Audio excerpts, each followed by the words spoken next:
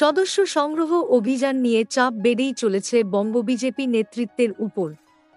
আগামী ২ নভেম্বর এই কর্মসূচির পর্যালোচনা বৈঠক বসবে দিল্লিতে। সেখানে হাজির থাকবেন দলের তাবুর নেতারা। তার মধ্যে সদস্য সংখ্যা ৫০ লক্ষ ছুঁতে না পারলে বাংলার বিজেপি নেতাদের দিল্লি আসতে নিষেধ করা হয়েছে বলে সূত্রের খবর। পরিস্থিতি বেগতিক বুঝে মরিয়া হয়ে শেষ চেষ্টা করে দেখতে চাইছেন বঙ্গ বিজেপি নেতৃত্ব। পাহাড়ে কর্মসংস্থানের জোর, ৪টি স্কিল ডেভেলপমেন্ট সেন্টার গড়ার ঘোষণা মুখ্যমন্ত্রীর দলীয় স্তরে সিদ্ধান্ত হয়েছে।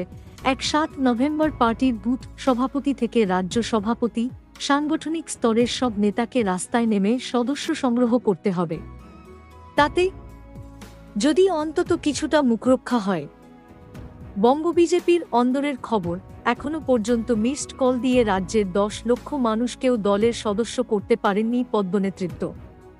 ১ কোটি সদস্যের লক্ষ্যমাত্রা ছোঁয়ার সময়সীমা ৩ নভেম্বর।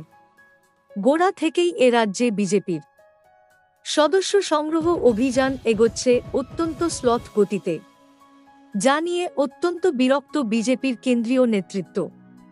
উত্তরপ্রদেশ, বিহার, গুজরাট, অসম, ত্রিপুরার মতো রাজ্যগুলিতে যখন বিজেপি নেতারা সদস্য সংগ্রহের লক্ষ্যমাত্রার কাছাকাছি পৌঁছে গিয়েছেন, বাংলায় তখন টার্গেট থেকে বহু দূরে বিজেপি। এর জন্য বাংলার বিজেপি নেতাদের গাছাড়া মনোভাব এবং সাংগঠনিক দুর্বলতাকেই দায়ী করছেন অমিত শাহরা।